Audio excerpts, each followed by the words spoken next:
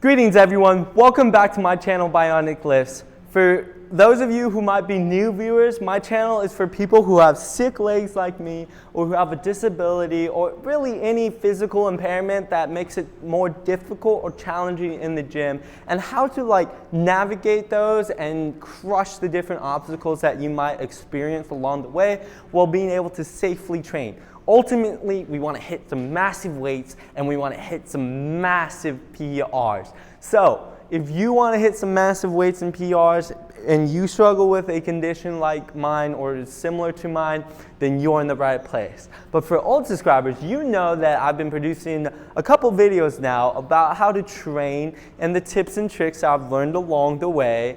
And those are primarily the videos I'm going to be putting up here on the channel, but today's video is going to be a little special. It's going to be explaining the backstory of how did I even come to have prosthetic legs. Was I always born this way, or was there something that happened? And that's what I'm going to share with you guys today. But first, I'm going to open up with a question.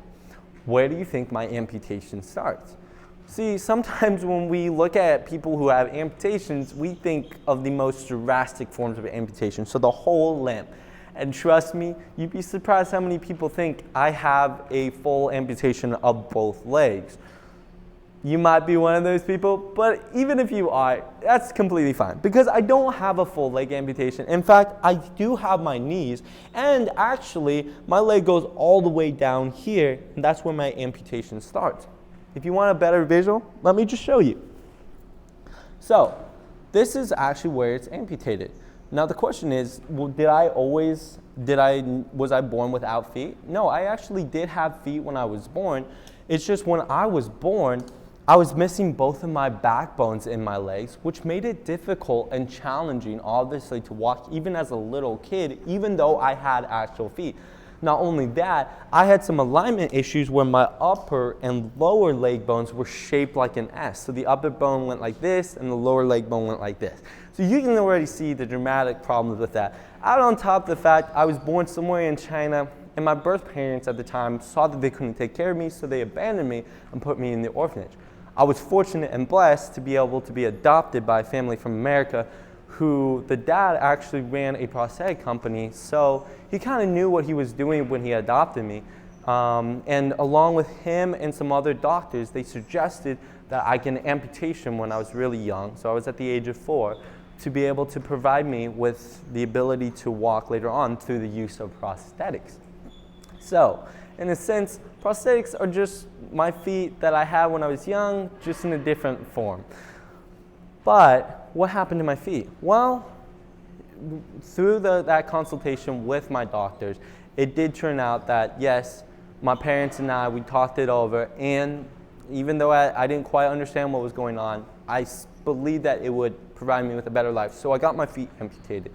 And throughout the years, I've had basically 10 more surgeries to break the bone, straighten it out, pin it together, and so that S shape of my bones in the original x-rays now look actually very like what a leg bone structure should look like.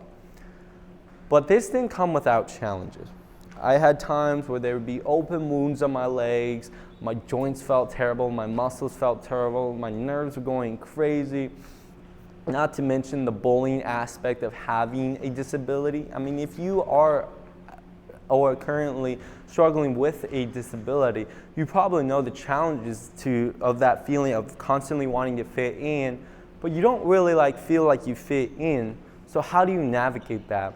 And I'll be honest with you, in kindergarten, middle school, and even high school, it was challenging because I would see all these people around me who were doing sports and crushing it at that, and I just wanted to be part of the team. I just wanted to be part of my grade level, per se. And I just couldn't. And it was a mental battle because it would make me feel anxious and it would make me feel like I wasn't doing enough. But in reality, I was. In the sense that I was pushing myself into areas of life that, honestly, the cards that I was dealt with, or dealt to, the people around me and the situations that were happening, I was completely out of my control. How I was born was completely out of my control. But it didn't mean that I couldn't have fun.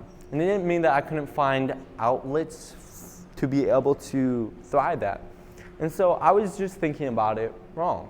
Sometimes in life, you're gonna have moments and things that you wanna do that you can't do, whether that be because of financial problems, physical problems, or even mental problems.